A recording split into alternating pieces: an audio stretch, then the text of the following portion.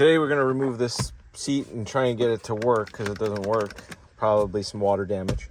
Anyhow, the first thing you're going to have to do when your seat is stuck is to remove these from the bottom. And to do that, you're going to look under the seat and you're going to see this thing. And it's going to be like that. You're going to pull this out with your fingers. And then you stick a screwdriver in here and pull back and this whole thing falls out. I'm going to show you how these things work.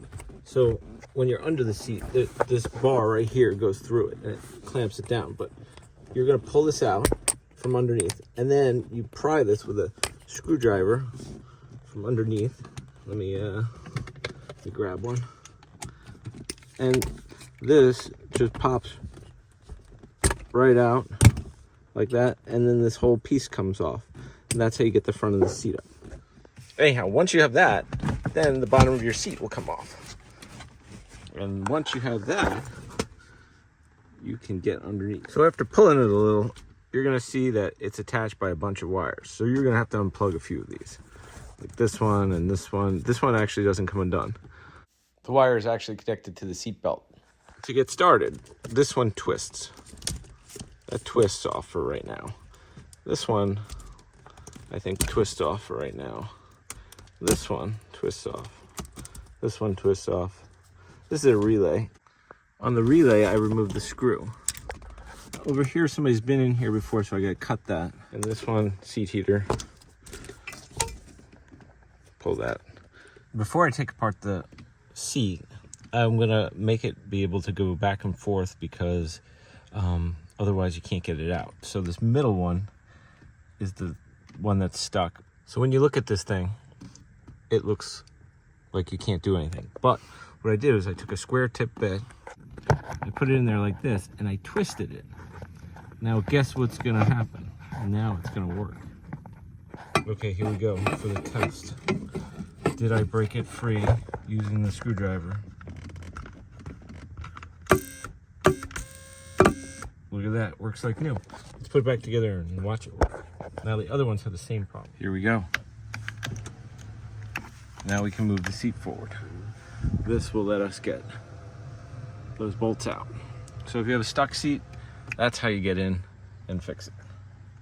Now to remove the seat out of here, you gotta pull off these two screws right here, P1s, and then get all those wires off. So I'm gonna show you how to do that. Over on this side, we have removed this one Phillips head screw, which makes that go loose. This pulls right out. This squeeze and pulls right out. This middle one is a little different. You see this thing on the side? You gotta pull this up. So sometimes you need a screwdriver for that.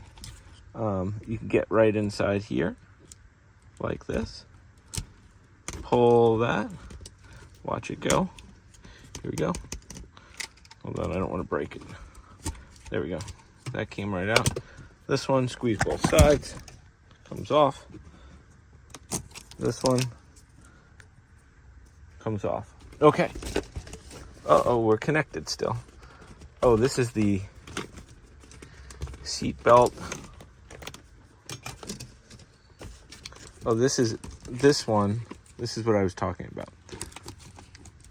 This is the seatbelt warning switch, which to get that off, you can take off that nut right there with a gear wrench. Let me see. I have a 17mm gear wrench, and that's what I'm using to loosen that. And then you just pull it off with your fingers.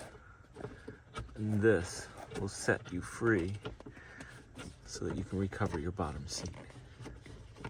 Something important is that you're going to want to disconnect the battery when you're disconnecting all these wires, otherwise your airbag light will come on.